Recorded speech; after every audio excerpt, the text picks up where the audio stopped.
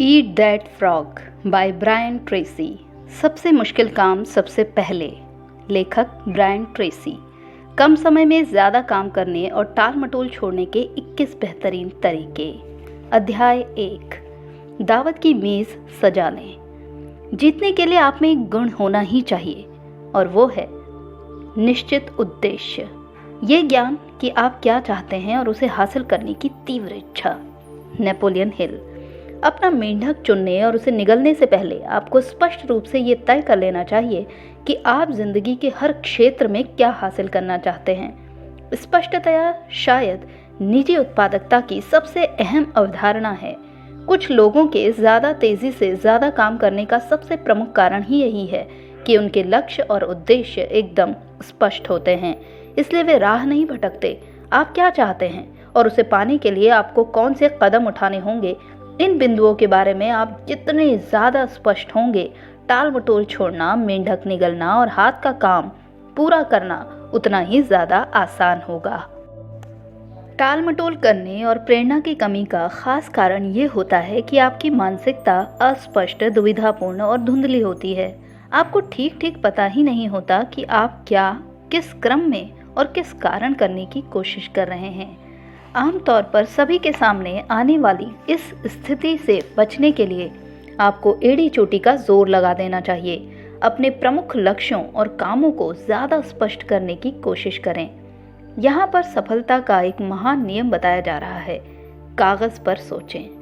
सिर्फ 3% वयस्कों के पास ही स्पष्ट लिखित लक्ष्य होते हैं। ये लोग समान योग्यता या बेहतर शिक्षा वाले उन लोगों से 5-10 गुना ज़्यादा हासिल कर लेते हैं जो जाने क्यों ये लिखने का वक्त कभी नहीं निकाल पाते कि वे दरअसल क्या चाहते हैं।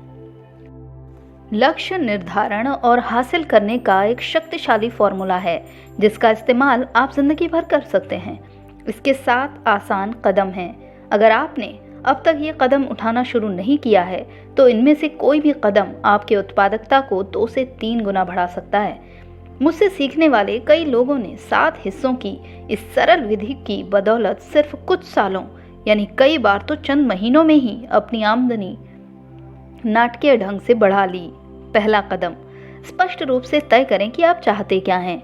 इस बारे में आप खुद फैसला कर सकते हैं या फिर बॉस के साथ बैठकर अपने लक्ष्यों और उद्देश्यों पर बातचीत कर सकते हैं, जब तक कि आपके सामने ये एकदम स्पष्ट ना हो जाए कि आपसे क्या अपेक्षा की जाती है और प्राथमिकता के किस क्रम में की जाती है। हैरानी की बात यह है कि बहुत सारे लोग सिर्फ इसलिए हर दिन कम मूल्यवान काम करने चले जाते हैं क्योंकि उन्होंने अपने मैनेजर के साथ ऐसी महत्वपूर्ण बातचीत कभी की ही नहीं है। समय का एक बहुत ख़राब इस्तेमाल किसी ऐसी चीज़ को बहुत अच्छी तरह करना है जिसे करने की कोई ज़रूरत ही नहीं है।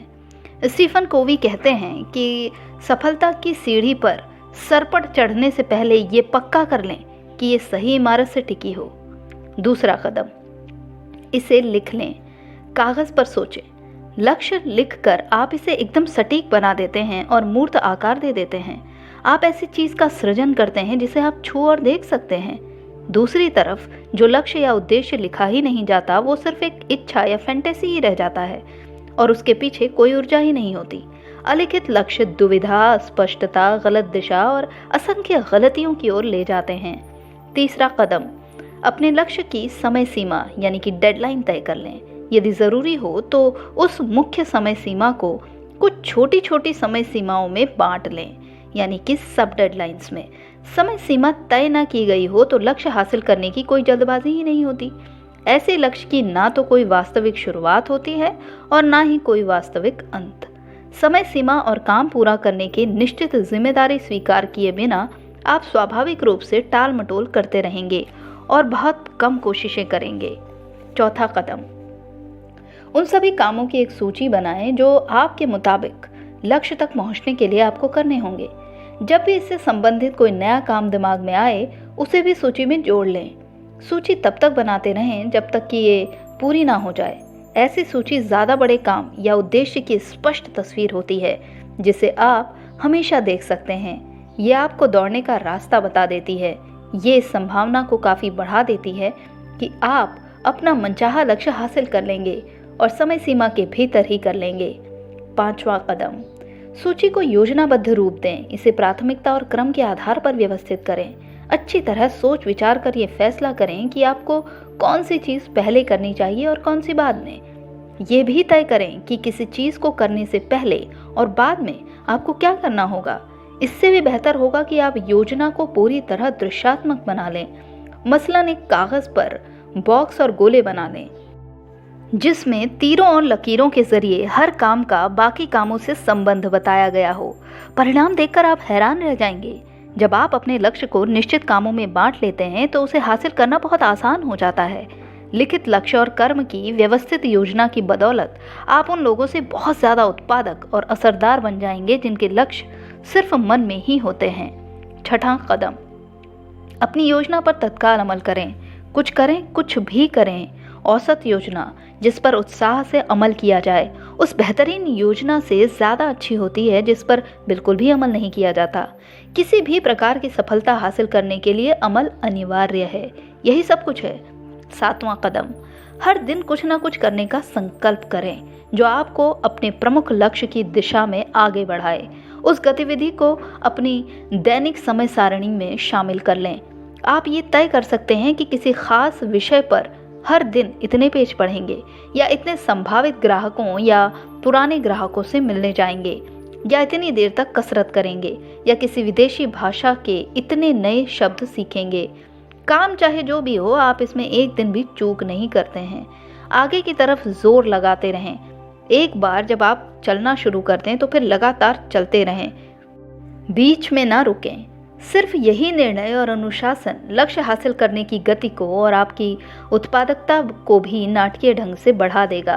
लिखित लक्ष्यों की शक्ति। स्पष्ट लिखित लक्ष्य आपकी सोच पर गहरा असर डालते हैं। वे आपको प्रेरित करते हैं और कर्म करने की दिशा में आगे लेकर जाते हैं। वे आपकी रचनात्मकता को उत्तेजित करते हैं, ऊर्जा को मुक्त करते हैं और टाल मटोल छोड़ने में मदद करते हैं। लक्ष्य उपलब्धि की अंगीठी में ईंधन की तरह हैं। आपके लक्ष्य जितने बड़े और स्पष्ट होंगे, आप उन्हें हासिल करने के बारे में उतने ही ज़्यादा रोमांचित होंगे। आप अपने लक्ष्यों के बारे में जितना ज़्यादा सोचते हैं, उन्हें हासिल करने का आपका संकल्प और इच्छा उतनी ही बढ़ जाती है। हर दिन अपने लक्ष्यों के बारे में सोचें और उनकी समीक्षा करें। हर सुबह सबसे पहले वो काम करें जिससे आप अपने सबसे महत्वपूर्ण तत्कालीन लक्ष्य को हासिल कर सकते हों। हर सुबह एक मेंढक निगल लें। पहला, इसी वक्त एक कोरा कागज लेकर 10 लक्ष्यों की सूची बनाएं जिन्हें आप अगले साल हासिल करना चाहते हैं। अपने लक्ष्य इस तरह लिखें जैसे एक साल गुजर चुका हो और वे सब साकार हो चुके हों। वर्तमान काल में लिखें, सकारात्मक अंदाज में लिखें और मैं से शुरू करते हुए लिखें ताकि आपका अवचेतन मन उन्हें फौरन ग्रहण कर ले। मिसाल के तौर पर आप लिख सकते हैं, मैं हर साल इतने डॉलर कमाता हूँ, या मेरा वजन इतने पौंड है, या मैं अमुक अमुक कार चलाता हूँ। दूसरा, 10 लक्ष्यों की इस सूची की समीक्षा करें। फिर उस एक लक्ष्य को चुन लें जिसे हासिल करने से आपकी ज़िंदगी पर सबसे ज़्यादा और अच्छा असर पड़ेगा। चाहे वो लक्ष्य जो भी हो, उसे एक अलग कागज़ पर लिख लें।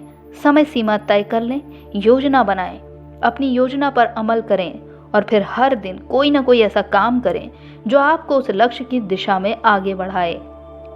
सिर्फ इतने भर से ही आपकी ज़िंदगी बदल सकती है। तो दोस्तों, यहाँ पर अध्याय 1 समाप्त होता है। कल मैं आपके लिए अध्याय 2 लेकर आऊँगी। तब तक के लिए आप अपना ख्याल रखिए।